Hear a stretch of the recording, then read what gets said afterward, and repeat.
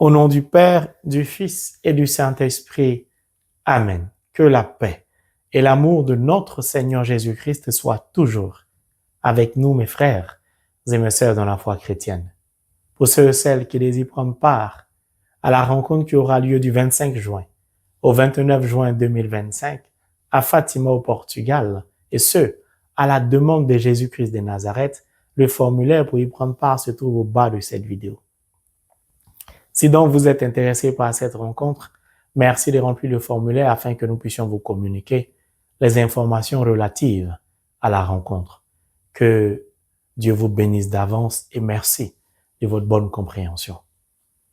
Mes frères et mes sœurs, lors de la prière pour les malades, le Seigneur nous a communiqué ce qu'on appelle les paroles de connaissance, un certain nombre de messages, au travers desquels 2 messages m'ont peiné. Particulièrement, un message m'a profondément affecté.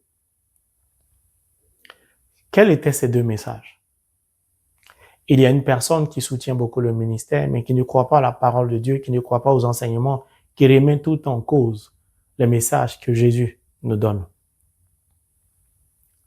Le deuxième message, c'est-à-dire celui qui m'a profondément affecté, est le suivant.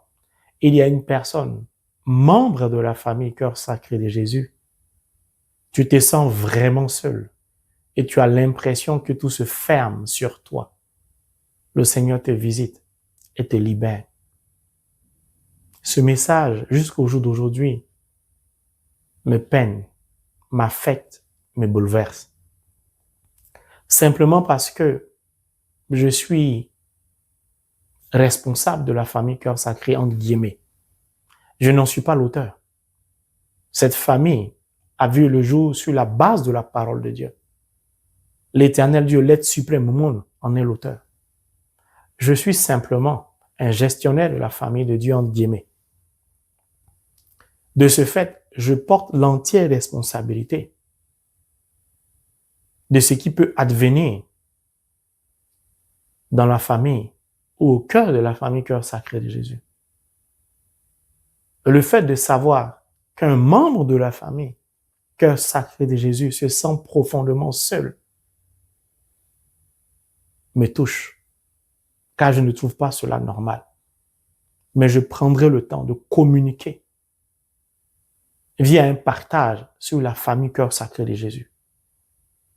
Cela va nous permettre de comprendre beaucoup de choses. Beaucoup de choses qui se passent.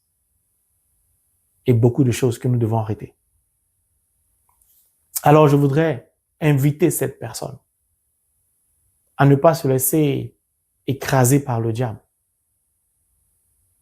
Rempli de l'Esprit Saint, où je supplie Dieu de remplir cette personne de son Esprit Saint afin qu'elle ait la force de se lever et de rentrer en contact avec moi pour que nous puissions échanger, que je puisse l'accompagner, l'aider à se relever et surtout que cette personne puisse entrer dans sa bénédiction pour vivre dans l'abondance des grâces de Dieu sur sa vie.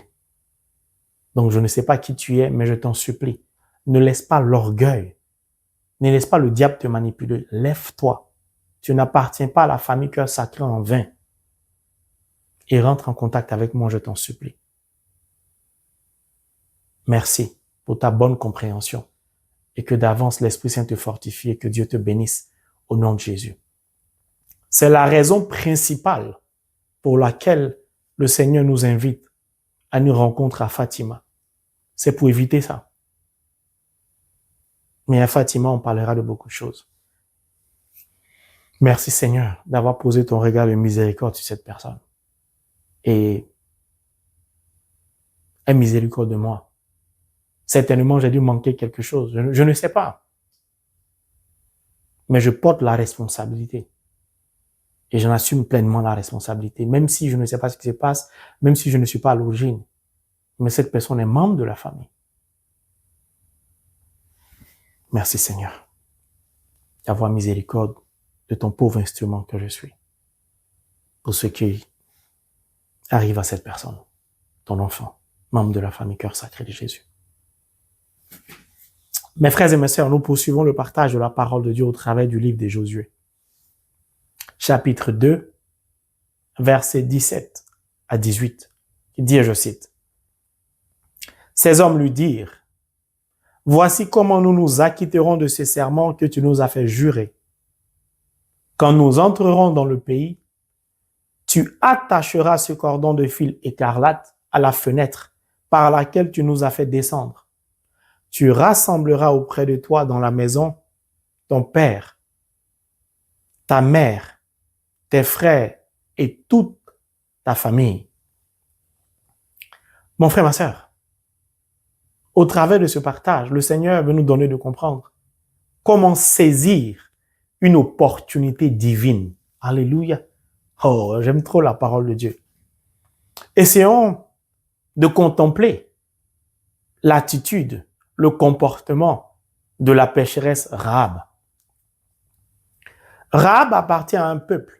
D'ailleurs, permettez que je lise 2 versets au-dessus pour nous permettre de bien comprendre. Prenons le verset 9. Rahab dit à ses hommes, « Je sais que le Seigneur vous a donné le pays, c'est-à-dire son pays à elle, que l'épouvante s'est abattue sur nous et que tous les habitants du pays ont tremblé devant vous. » Deuxième verset, c'est le verset 11. Rahab dit, « Le Seigneur votre Dieu est Dieu là-haut dans les cieux et ici-bas sur la terre. »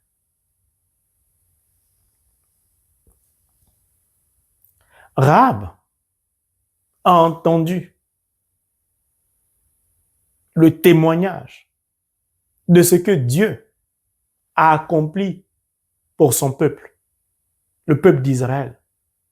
Rahab a écouté le témoignage, a eu connaissance de la gloire de Dieu qui s'est manifestée au cœur de son peuple, de ce que par sa main puissante, il a libéré son peuple de l'esclavage en Égypte. Il a libéré son peuple des mains de Pharaon et de son armée qui oppressaient, opprimaient son peuple. Rahab a eu connaissance de ce que le Dieu du peuple d'Israël, le Dieu des Israélites, a séparé la mer en deux et a fait traverser son peuple à pied sec. Jamais dans le monde on a vu telle chose. Le témoignage qui est parvenu aux oreilles de Rahab a bouleversé la vie de Rahab, qui pourtant était pécheresse. C'est une pécheresse.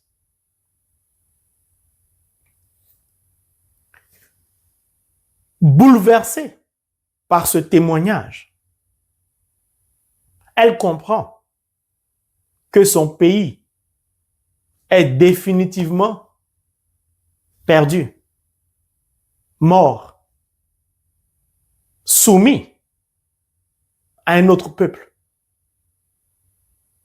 Ce n'est pas encore arrivé, mais elle le sait. Rahab est pécheresse. Rahab n'est pas baptisée. Rahab ne croit pas en Dieu. Le Dieu des Israélites n'est pas son Dieu. C'est pourquoi j'ai lu les 2 versets précédents. Elle dit, je sais que le Seigneur vous a livré le pays. Elle parle de son pays. Puis votre Dieu est Dieu là-haut dans les cieux et ici-bas sur la terre. Elle ne dit pas son Dieu, elle dit votre Dieu. Elle ne se sent pas concernée par ce Dieu. C'est une pécheresse. Rahab sait donc que son peuple et elle sont voués à la mort. Une mort certaine, entre guillemets. Rahab sait que son peuple, y compris elle, sera confronté à une guerre, à une souffrance, à des difficultés. Puis elle sait d'avance qu'ils ont déjà perdu. Il n'y a plus rien à faire. C'est fini pour son peuple et elle. Il n'y a plus d'autre solution. Il n'y a plus d'issue. Elle en a conscience. Mais elle s'accroche au témoignage. Elle s'accroche et croit en ce que Dieu a accompli pour son peuple et de ce qu'il est capable de faire. Elle s'avoue vaincue. Mais en dépit de tout ce que je viens d'expliquer, Rahab n'en démord pas. Elle va, pourtant pécheresse, discerner et s'apercevoir que là où tout semble fini, là où tout semble fermé, là où il n'y a plus d'espoir, là où il n'y a plus de solution, là où l'obscurité demeure, là où la pénombre est devenue une réalité, elle y voit une opportunité divine.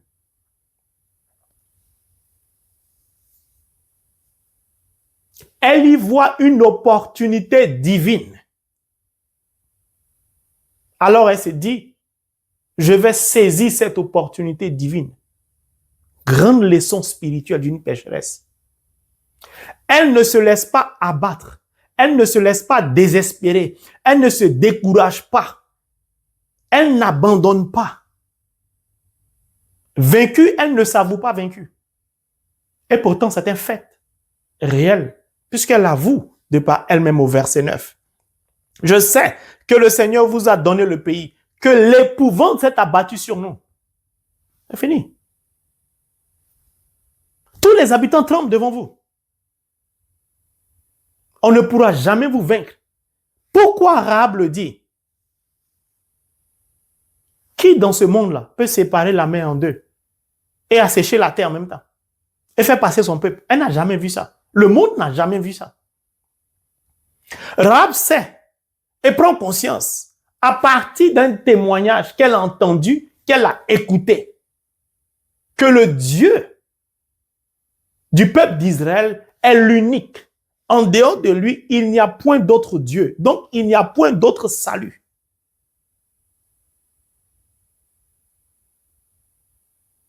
Le témoignage a bouleversé sa vie. Elle se dit, qu'est-ce que je peux faire pour toucher le cœur de ce Dieu, l'unique, pour qu'il me sauve? Grande leçon. Mon frère, ma sœur, confronté à des difficultés, est-ce que tu parviens à discerner que cette maladie-là, que ce chômage, ce célibat, cette stérilité, cette difficulté, cette douleur, cette obscurité, cette malédiction, cet envoûtement, peut être une opportunité divine que Dieu ouvre au devant de toi pour que tu puisses la saisir. 1, pour l'expérimenter. 2, pour voir sa gloire. 3, pour te convertir. Est-ce que tu prends conscience de cela? Ou tu fais comme moi je faisais avant? Tu pleurniches, tu murmures, tu te plains, tu accuses les sorciers, l'idolâtrie de ta famille, telle pratique mystique. Rahab nous enseigne, c'est une pécheresse. Elle nous donne de comprendre que quelle que soit l'obscurité, les difficultés, la souffrance, il y a quand même, et il y aura toujours quand même une opportunité à saisir. Si et seulement si on ne se laisse pas abattre, vaincu par la difficulté, par la maladie, par la souffrance, par la douleur, par le chômage, etc. Beaucoup de chrétiens écoutent beaucoup de témoignages sur différentes chaînes, à la télé, via YouTube, croisade d'évangélisation. Et au soir de tous ces témoignages écoutés, un peu partout, chaque jour dans le monde, leur vie ne change pas. C'est-à-dire le témoignage écouté n'a pas impacté la vie de certains chrétiens qui les écoutent. Quand ils finissent d'écouter ces témoignages, ils sont émotionnels. Sur le champ, ils sont touchés. Ils sont prêts même à partager le témoignage, mais ce que Dieu a fait pour telle personne. Après cela, ils reviennent à leur vomissure, comme Saint Paul dit. Ils continuent de crier à Dieu en murmurant, de douter, de ne plus y croire. C'est-à-dire, le témoignage ne change rien dans leur vie spirituelle. C'est une leçon. 1. L'importance de témoigner. Lorsqu'on témoigne, regardez la portée d'un témoignage. 2. Quand on écoute un témoignage et que le témoignage nous a vraiment touchés, on s'assoit et on prend des résolutions fermes. C'est-à-dire on change notre manière de vivre notre vie spirituelle. Que ceux qui ont les oreilles comprennent. J'ai dit bien, pour Rahab et son peuple, c'est terminé. Il n'y a plus rien à faire. Elle confesse cela. Puis elle ne se sent pas concernée par le Dieu des Israélites. Elle dit, votre Dieu à vous. Même si elle ne se sent pas concernée, elle reconnaît la grandeur de l'éternel Dieu en tant que l'être suprême au monde. Ça, elle ne nie pas cette réalité. Au contraire, elle affirme. Elle est pécheresse et elle confesse qu'il est Dieu là-haut dans les cieux et ici-bas sur la terre. Au prochain enseignement, vous allez comprendre aussi la portée de ce que Rahab a dit en parlant de Dieu de la sorte. À partir de ce moment, elle saisit l'opportunité. Elle accueille les 2 espions envoyés par Josué. Elle les cache. Elle préserve leur vie. Puis, elle égare les envoyés du roi.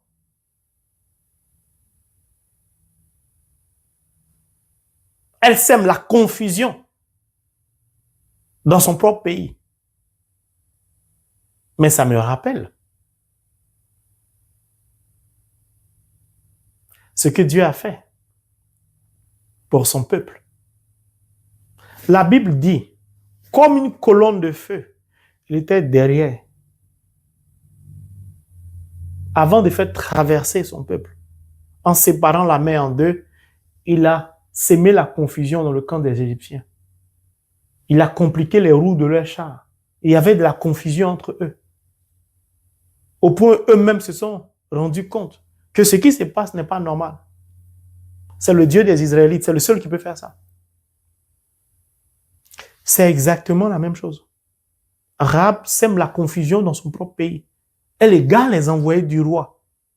Donc là, on peut discerner qu'au moment où ça se passe, Rahab est saisie par l'Esprit Saint pour agir de la sorte. Pourquoi? Parce qu'elle avait les prédispositions intérieures pour se laisser conduire par le Saint-Esprit. Mais cette prédisposition intérieure vient d'où? Du témoignage qu'elle a écouté. Elle est pécheresse, mais à partir d'un témoignage, elle a décidé de se laisser conduire par l'Esprit Saint, que pourtant elle ne connaît même pas, puisqu'elle n'a jamais expérimenté. Donc, je peux avoir des prédispositions intérieures à l'Esprit Saint. Et le Saint-Esprit va quand même m'utiliser parce que même si, pour l'instant, je ne crois pas en Dieu, mais je reconnais la grandeur de Dieu. Ah, si je ne crois pas en Dieu, que je reconnais la grandeur de Dieu, ça veut dire que je suis en train d'emprunter le chemin de la conversion. Et comme le cœur de la pécheresse, en ce moment précis, était un cœur sincère,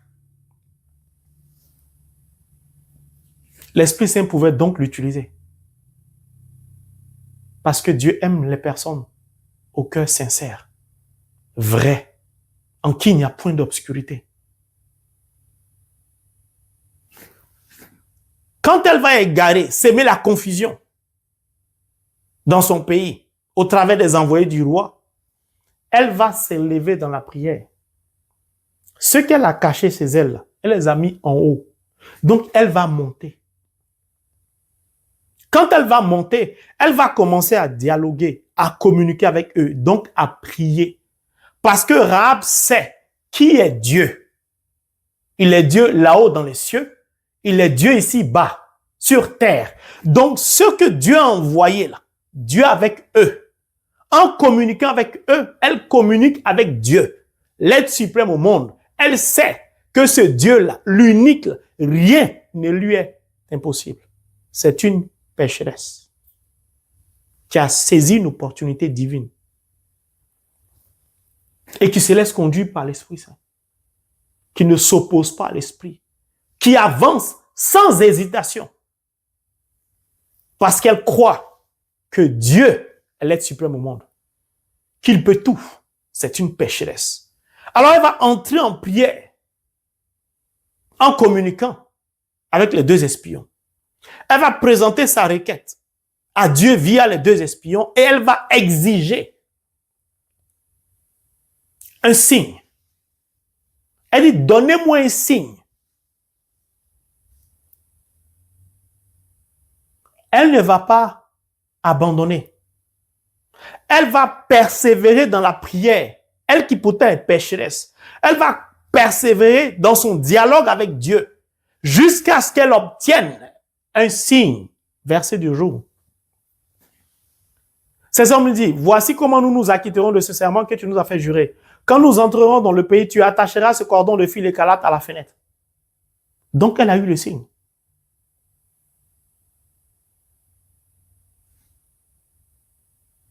Mon frère, ma sœur, la Bible nous dit, dès qu'ils sont partis, alors elle attacha le cordon écarlate à la fenêtre.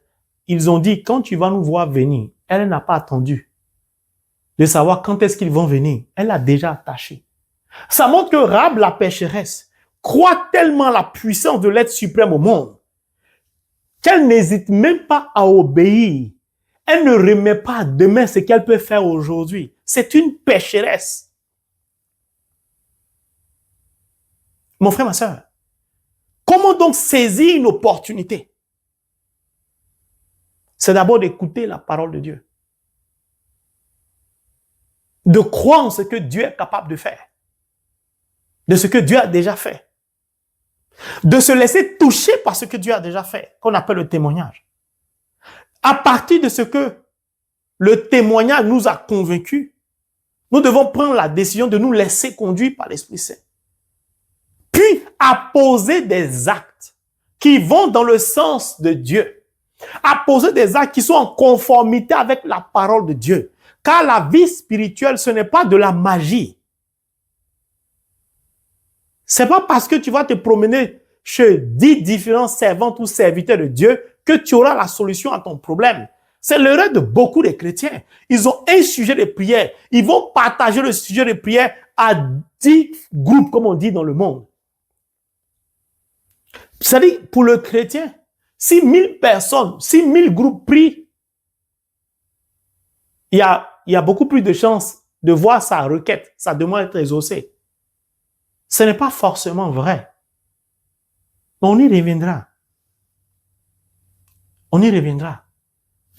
Le plus important, pour voir sa demande, sa requête être exaucée, tout part de notre intérieur, de la sincérité de notre cœur, de la foi que nous avons à l'égard de Dieu, de la confiance que nous avons à l'égard de Dieu. Quand on a confiance en Dieu, on ne se promène pas partout. Pourquoi? Parce qu'on sait que le frange Marie, Dieu l'utilise. Mais le pasteur qui est là-bas, c'est le même Dieu qui l'utilise. La bergère qui est de l'autre côté, c'est le même Dieu qui l'utilise. Ce n'est pas parce que tu vas quitter chez la bergère pour venir chez moi, tu vas quitter chez moi pour aller chez le pasteur, que Dieu va faire autre chose pour toi. Non. C'est le même Dieu qui nous utilise. Et cela vient de manière invisible du diable, qui nous pousse, entre guillemets, à une prostitution inconsciente. Parce que la personne qui est en quête de salut, parfois ne se rend pas compte de ce qu'elle fait. Mais cette prostitution spirituelle, entre guillemets, parfois désoriente la personne même qui a présenté sa requête à Dieu parce qu'elle est confondue au regard de tous les messages qu'elle reçoit. Elle ne sait plus quoi en faire. Puis maintenant, ces messages finissent par la troubler puisque rien ne s'accomplit. Donc maintenant, le diable va la pousser à soupçonner ou suspecter le pasteur, la bergère ou le frange Marie. Comme si ces instruments étaient l'auteur ou les auteurs de la parole de Dieu. C'est pourquoi je nous invite toujours à une fidélité. Rahab est restée fidèle. Elle n'a pas dit, je vais attendre. Quand ils seront en train de venir pour me rallier à eux, elle s'est accrochée à Dieu au travers de ces deux espions dans sa prière. 1. 2. Elle a persévéré. Non pas pour elle, pour sa famille d'abord.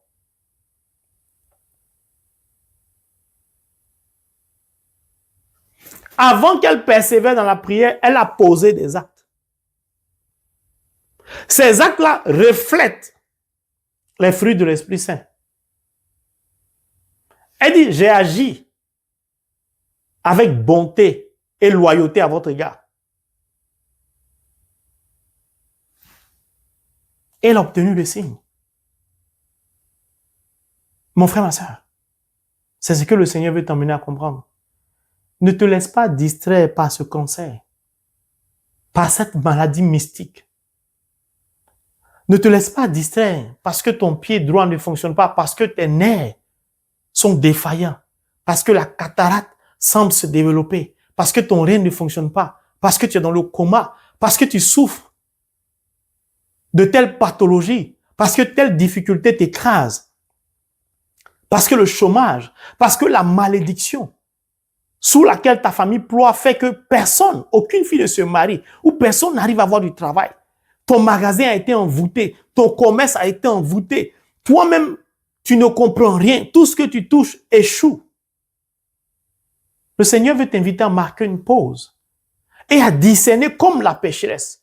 Toi qui pourtant es baptisé et chrétien, afin d'observer au travers du discernement et de t'apercevoir que ce que tu es en train de traverser est en réalité une opportunité divine que Dieu ouvre devant de toi pour que tu puisses la saisir pour sortir de la souffrance, de la maladie,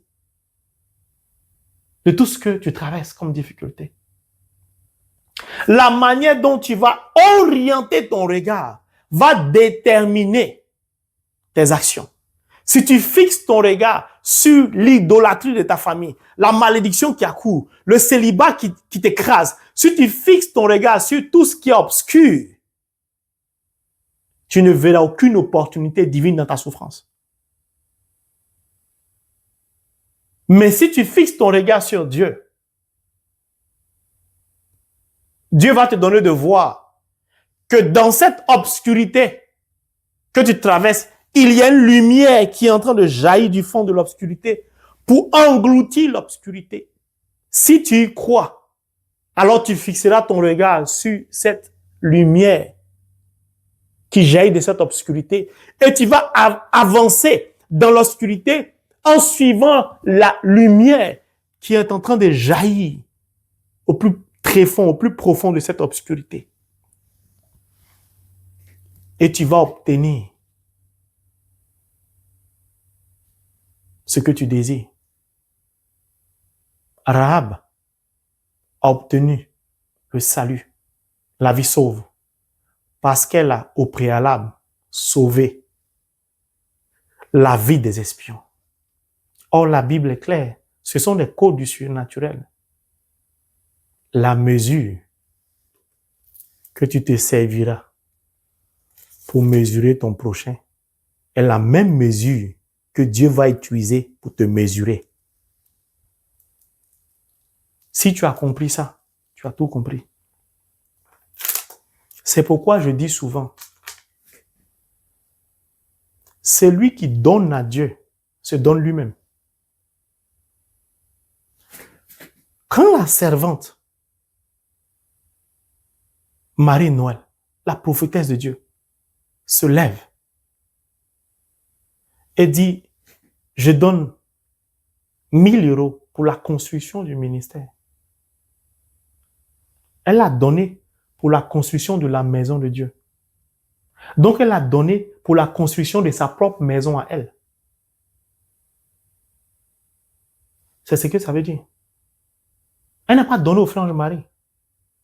Elle n'a pas donné au ministère du Frange Marie. Ce n'est pas mon ministère. Je suis un intendant et gestionnaire. Le ministère de Dieu.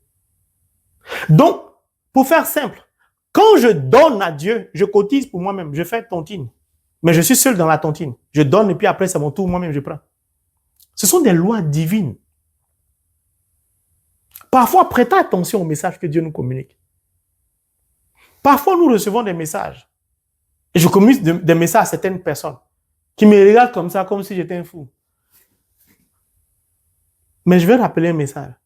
Le Seigneur dit à une femme qui est stérile, qui a envie d'avoir des enfants,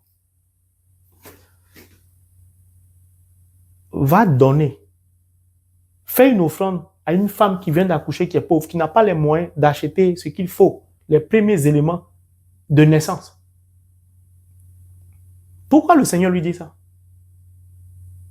Parce qu'il va emmener cette femme stérile à elle-même contribuer à acheter les éléments qu'il faut pour elle-même ses propres enfants qu'elle va concevoir bientôt.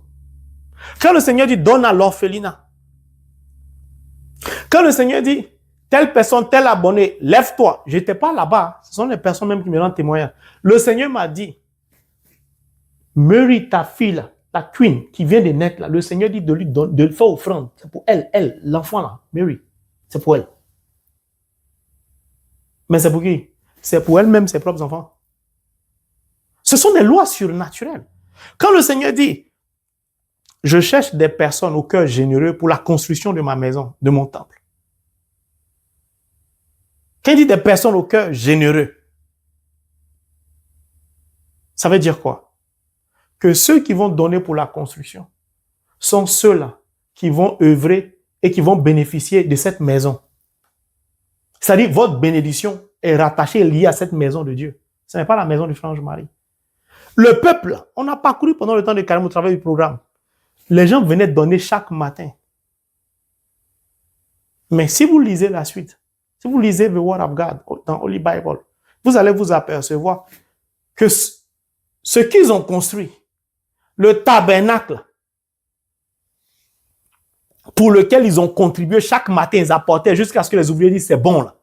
C'est ce que Dieu va utiliser pour les faire traverser le Jourdain, pour les conduire en terre promise. Donc, ce qu'ils étaient en train de construire, c'était pour leur propre salut.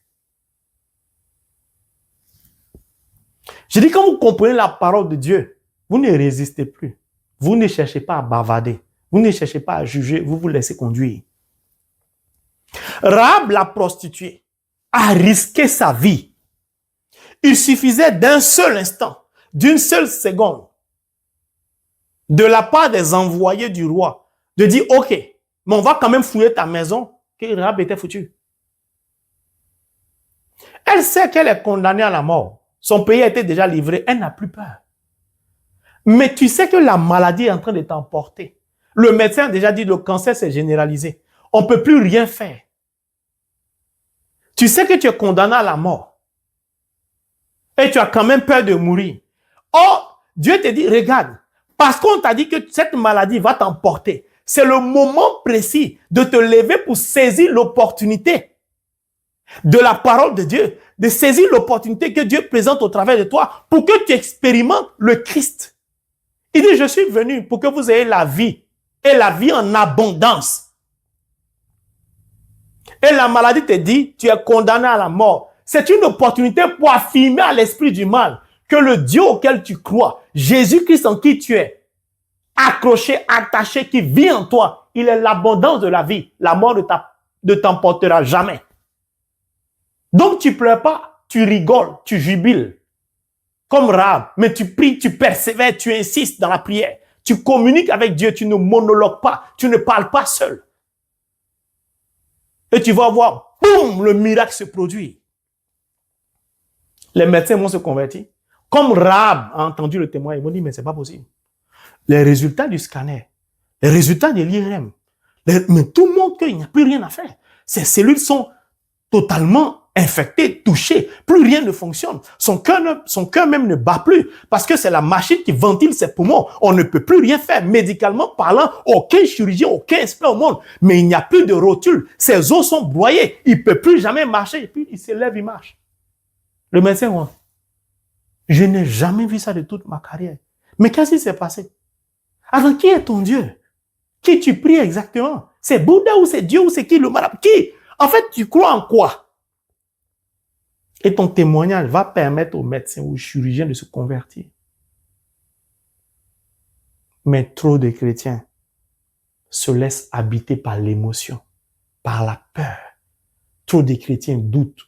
Nous sommes beaucoup à nous aligner pour aller à l'église le dimanche, ou à la messe en semaine ou le samedi soir. Mais à la moindre tribulation, nous avons peur, nous doutons. Parce que nous n'avons pas encore expérimenté véritablement le Christ. Véritablement Jésus. C'est une pécheresse qui parle de Dieu. Elle dit les dieux là-haut dans les cieux, sur la terre ici bas. Ça veut dire qu'il peut tout là-haut et il peut tout ici bas. Elle a tout compris. Accepte de te laisser conduire par l'Esprit Saint si tu veux guérir, si tu veux sortir de ta situation. Et écoute ce que Dieu va te dire. Rahab, elle n'a pas cherché une prophétie. Elle n'a pas cherché une révélation.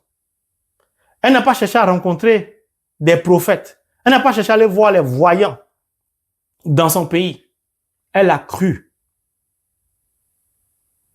Elle s'est limitée juste à sa confiance en Dieu, de quoi il était capable. Et elle exigeait un signe, elle l'a obtenu. C'est une pécheresse. Moi, je suis l'enfant de Dieu, baptisé, confirmé. Si elle pécheresse, elle peut obtenir un signe. Et moi? C'est à chacun d'y répondre. Que Dieu nous donne, rempli de son Esprit Saint, d'accepter de nous laisser conduire par l'Esprit, d'écouter la voix de Dieu, la parole de Dieu, et de laisser la parole de Dieu coordonner notre vie. In the name of Jesus Christ. Amen.